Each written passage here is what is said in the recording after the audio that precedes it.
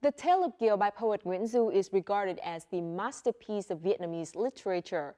It has been the inspiration for artists to create many different works, such as music, play, or movies. French director Christophe Thiry has combined different arts genres, such as drama, dance, opera, and singing, to express the masterpiece takes on life, love, violation, misfortune, hope, ruthlessness, and emptiness in a musical entitled Keo. Recently, the musical has been introduced to audiences in Hanoi and Ho Chi Minh City. Our reporter sat down with director Christophe Thiry to learn more about this special musical. This is an excerpt from the musical Keo, directed by French director Christophe Thiry. It is about the life and trials of Tale of Keo, a talented young woman who has to sacrifice herself to save her family. She sells herself into a loveless marriage in exchange for her father's and younger brother's freedom from prison, not knowing the man she marries is a pimp. The story has deep meaning to interweave with the good and the bad and the moments of awfulness and tolerance, portraying the image of Tale of Keo, who never accepts her fate and was always fighting against it.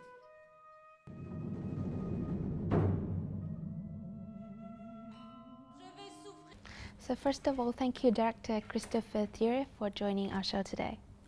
Thank you. Chuyện Kiều, or The Tale of Keo, is a Vietnamese literature masterpiece with many literature, historical and cultural values.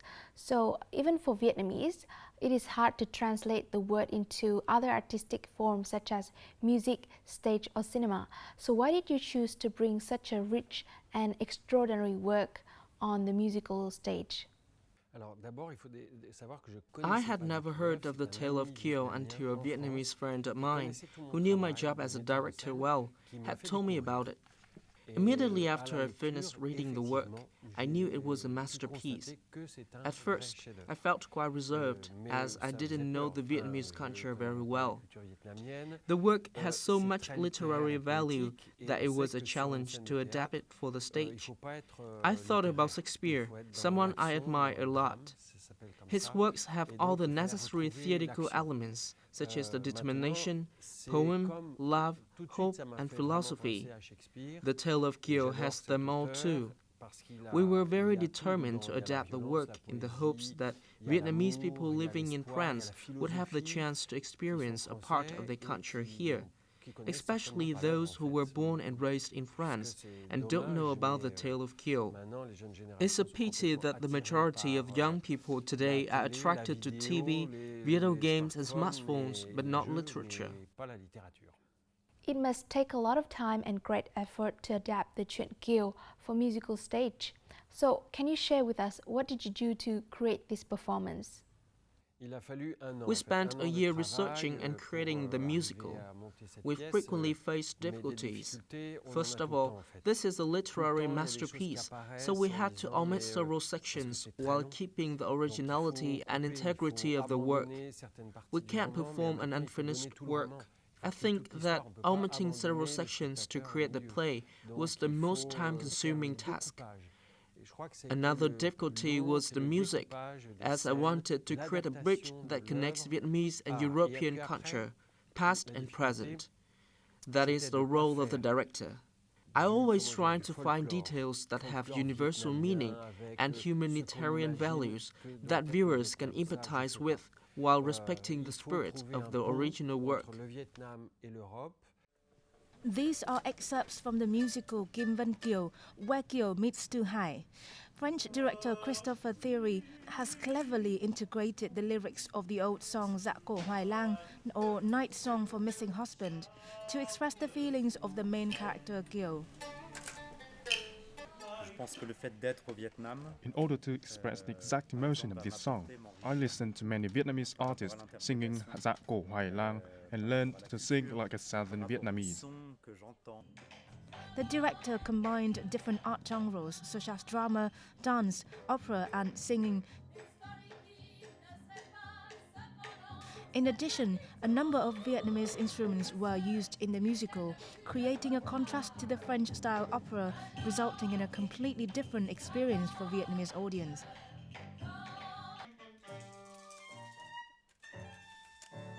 Thực sự là xem vở kịch như này là mình vô cùng xúc động. Bản thân Truyện Kiều đã rất là vĩ đại rồi, mà các diễn viên người Pháp đồng thời cũng là đạo diễn Pháp, người ta lại rất hiểu cái văn hóa của người Việt và có thể nói là người ta rất mê Truyện Kiều, rất là yêu văn hóa Việt thì người ta mới dựng được một cái tác phẩm Truyện Kiều hay như thế.